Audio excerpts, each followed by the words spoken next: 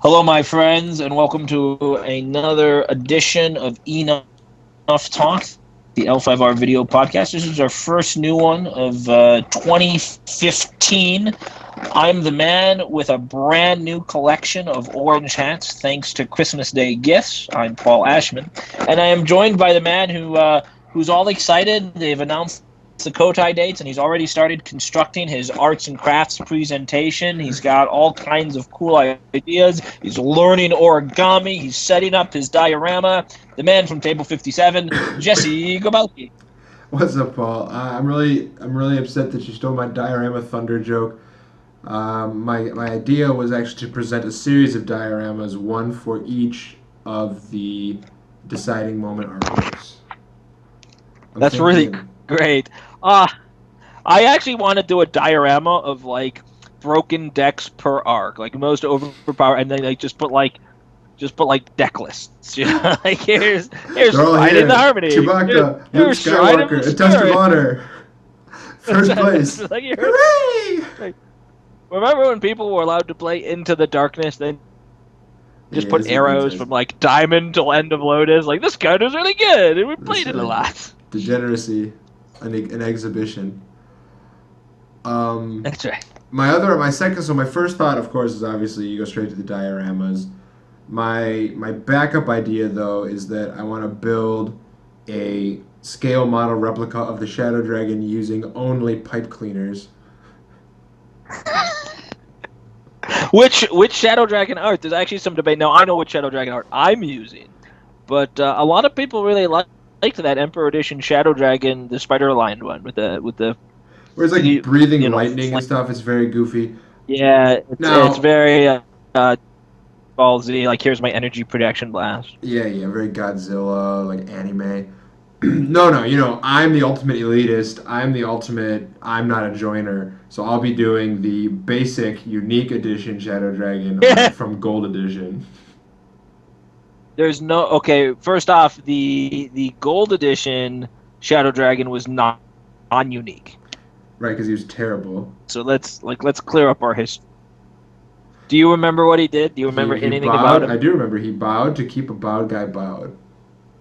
Do you remember his stats? He was 10 gold. I remember that. He was like 2 or 3 fours. Yep. No, he was like 4 for 10. He was totally playable if the Ninja Stronghold holding existed, which it didn't, and that turned out to be kind of an issue. 4 for 0, totally playable, but 4 for 10, much less. That's gotta be, though. Especially at a time of like corrupt gold. Gold Edition was not the Halcyon days some of us wished it to be. It was a good time for Brian Reese. That was back when he was still playing L5R, and he's just like, hey, this Chick Chuck guy's pretty good. One thing about the Shadow Dragon, I don't know, or for our diorama project, we could do the best upgrades from basic to experienced 1. I feel like Shadow Dragon's got to be in the race.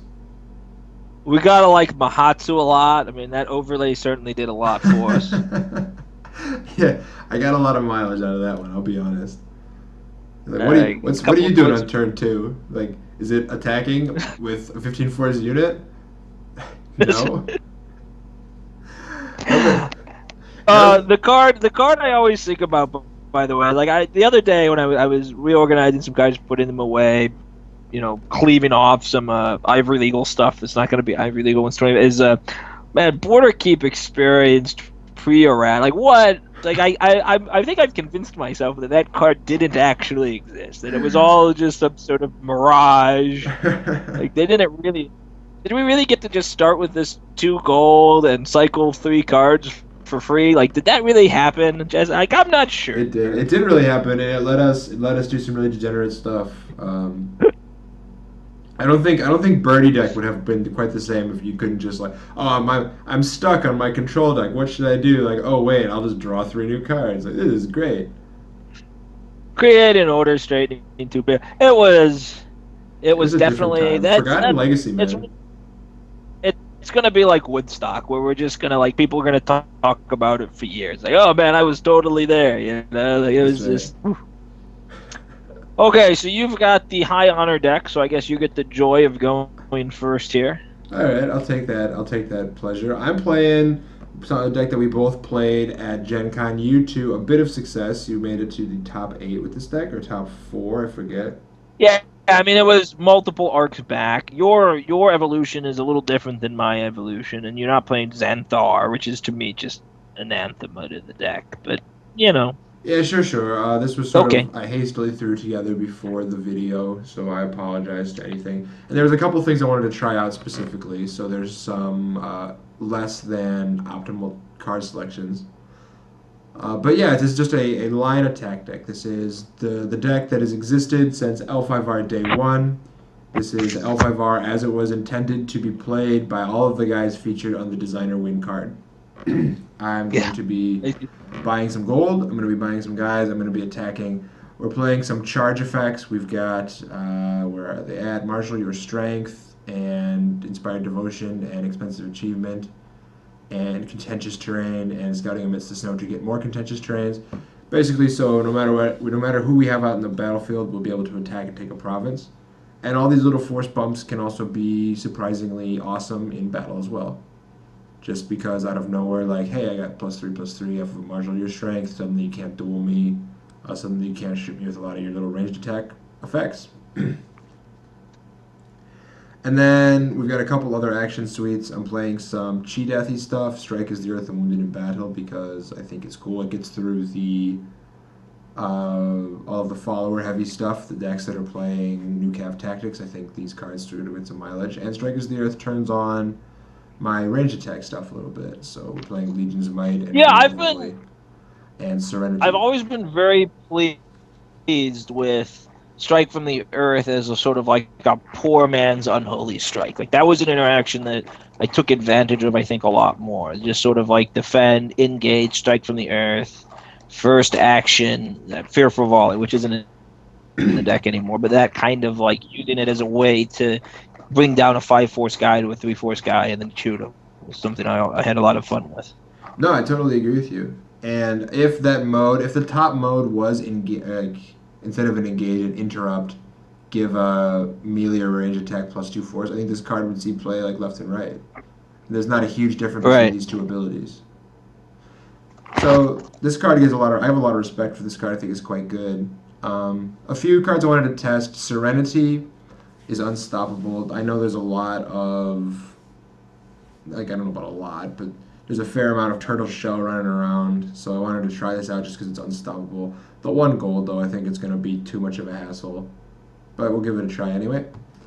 And then Which is a really interesting commentary because to me, Serenity is one of the reasons to sort of go back to a Lion attack deck with ranged attacks because I just feel like a ranged 3 attack that you're only paying for with gold, you're not paying for through a bowing cost. To me, that's just like that's powerful, man. I played Saruchi Technique like crazy. no, I'm totally with you.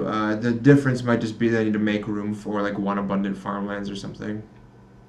Yeah. To be able to consistently use it. I also wanted to try out Matsu Misato. We gave her a lot of love in our TNO review and then never did anything with her. So I thought maybe this was a shell that could support her. It's like 4 gold for 5, 4 force for 5 gold. Samurai 3 PH for my Serenities and things. Like, why not? So yep, that's Lion. There's not a lot of super awesome complicated stuff here, but it's a simple. It's like the little deck that could. You buy some guys and you keep going up that train, and I think I can, I keep attacking, and hey, I won the game. Very What do you got, cool. Paul? On my end, I've got so this is a dragon deck that we're actually playing 2 decks that we have in our queue. We play a lot. I don't know if we've ever done these on videos or we don't do them on videos a lot because I don't know, they don't appeal to our just crazy Johnny insanity. This is a monk / Shugenja deck. It's pretty split, or it's leaning pretty heavily towards monk, but I guess not. It's pretty split. So I'll pull my Shugenja down here. So I got my Bat Clan, and then I got my Dragon dudes, and then I got the monks up top, which will allow me to play a couple of the cool Keyhos. The new one is Hone to a Razor's Edge, which is the discipline move back in effect, which is something that this deck really needed. But the monks, I'm trying to think of a way to go about talking about the deck. So this is very much a deck that is a joint combination of its dynasty and its fate. You can't just pick one part of it or another part. Sometimes you just play a bunch of Shugenja and play a bunch of spells because you're playing Shugenja, so you play spells. You want to play spells, so you play Shugenja. These personalities they're all measured on little marginal effects. Little things matter a lot here. So the Shugenja are here. They're all here because of Chi. I guess that's step one. And that came about later. I started with just a monk deck, but I noticed that I had Wise Man, I had Mitsu, I had Agura, I had Charge. Like, these are 4 or 5 Chi guys. And then I thought a little bit about Watu, but I hadn't moved to Shugenja. But so I was thinking about doing it. I tried Ways of the Dragons and stuff. I didn't really like it. But I loved Come One at a Time. And Come One at a Time plus Agura is this really powerful effect. And so I kept that in, but I slowly molded the deck around a little bit to become more of a military deck, because I just wasn't happy with a pure defensive posture.